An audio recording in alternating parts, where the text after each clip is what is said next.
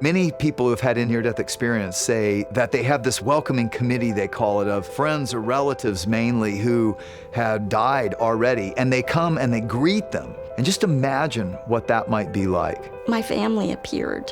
One of them put their hand out, and I knew it was my grandmother. When I looked up, there's my family. Everybody that had been related to me, a part of my family, came to greet me in. My grandmother Mary was out front. She was bright, she had a big smile and pure joy.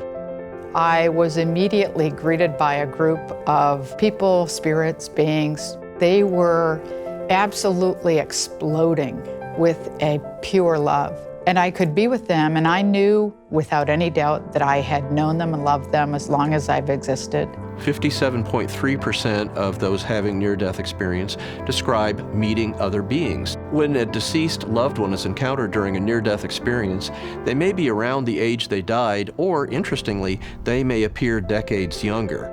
I'm surrounded by people that I had known and loved in life, and they were all perfect in every way, fully recognizable as themselves. Pero me fijé, cuando miré para derechito, miré a mi mamá y a mi tío. I'm looking at this man who I recognize by my heart, but I knew that that was Pa. He's my great-grandfather. Now, Pa was standing next to Ma. I knew her as an old woman when I was a kid. When she was in heaven, she looked to be in her 30s. This was my family. On this right side of me were all these animals coming in. You'll be surprised when you get there and your pet's there to greet you in.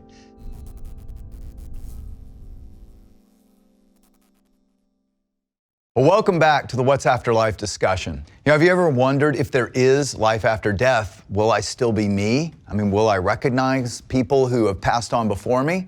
Will I have relationships? Well, before we dive into that topic, last week we discussed some of the evidence that has convinced many skeptical doctors that life continues after death. When people die clinically from cardiac arrest or in car accidents, comas, they have what's called a near-death experience, or NDE. And they often claim they leave their earthly bodies but find themselves in a new spiritual body. And they often say they were up above watching their resuscitation. And we saw last week that studies indicate up to 98% of their verifiable observations were completely accurate or had only a few discrepancies, even though their body was clinically dead. One thing they commonly report about the life to come is you're still you and people who pass on are still themselves, and it's meant to be a great reunion.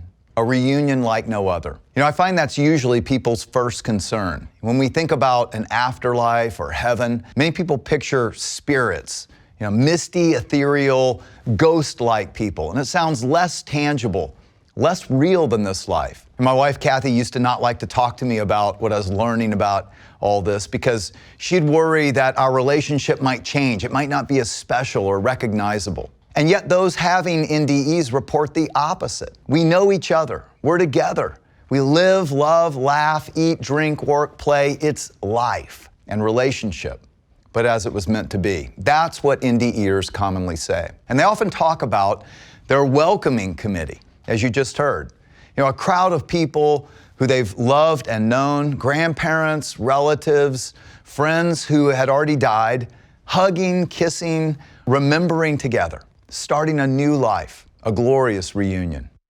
As part of my research over the last 30 years, not only did I study all these NDE cases and the science associated with them, but it led me also to compare different historical religious writings about the afterlife. If NDEs are having common experiences despite national origin, religion, or no belief, how does that common experience align with our historical religious writings and what they say about the life to come? In the NDEs I studied, I found 40 specific descriptions of the life to come made by NDEers. And I compared how many line up with various religious text descriptions of the afterlife. Like the Buddhist Tibetan Book of the Dead and the Islamic scriptures, they had a few correlations with NDEs. Some aspects of oneness described in the Hindu scriptures correlate. Zoroastrian scripture actually had 5 out of 40 correlate. Yet I found as many or more discrepancies in their views of life after death. However, when I looked at the Jewish and the Christian scriptures, I found an overwhelming 38 out of 40 descriptions that correlate with what NDEers are reporting globally. So I'll share some of what I found in the next several weeks because I think it helps give meaning to these NDE accounts. For instance, on the topic of relational reunions, Jesus is possibly speaking of this welcoming committee that NDEers describe. He says, use your worldly wealth to gain friends for yourselves, so that when it is gone, you'll be welcomed into eternal dwellings. You know, some people worry that the same relational struggles or relational discord that we experience with people here might exist on the other side. You know, like maybe all your exes live in Texas. You're just not sure you want them living next door in heaven. But NDEers talk about some new relational traits of the life to come that actually make those worries incompatible with heaven. Listen as some of them talk about it. Even the communication with these people or these beings, we didn't use our mouths, but it was a very pure communication. You know, there was nothing to inhibit me from getting the pureness of the communication or knowing something there. The oneness that we had was way beyond anything that we have on earth. There was a joy and a camaraderie and a fellowship in the truest sense of that word. We are there because we loved God and we're loving each other now. What we struggle to attain here, we gain instant access to there, according to NDEers.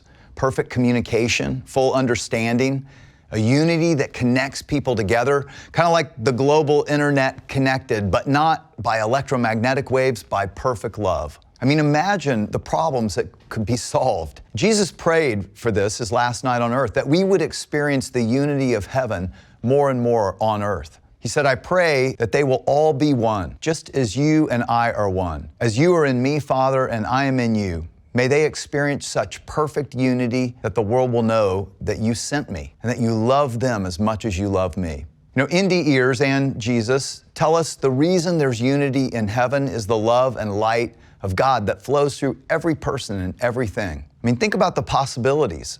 If, as NDEers say, relationships are lived in the fullness of God's love and light and life, imagine how that would transform relationships if we were full of love, if communication is perfect, heart to heart, thought to thought, no misunderstandings. And imagine the unity.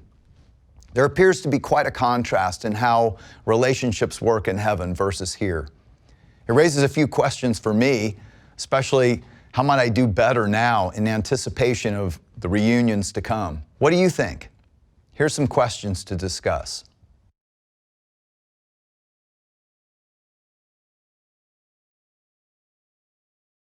One parting thought on relationships before we leave. You know, the night before his crucifixion, Jesus gathered to eat his last meal with his closest friends. He told them he was going to die, but he said this, don't let your hearts be troubled. Trust in God.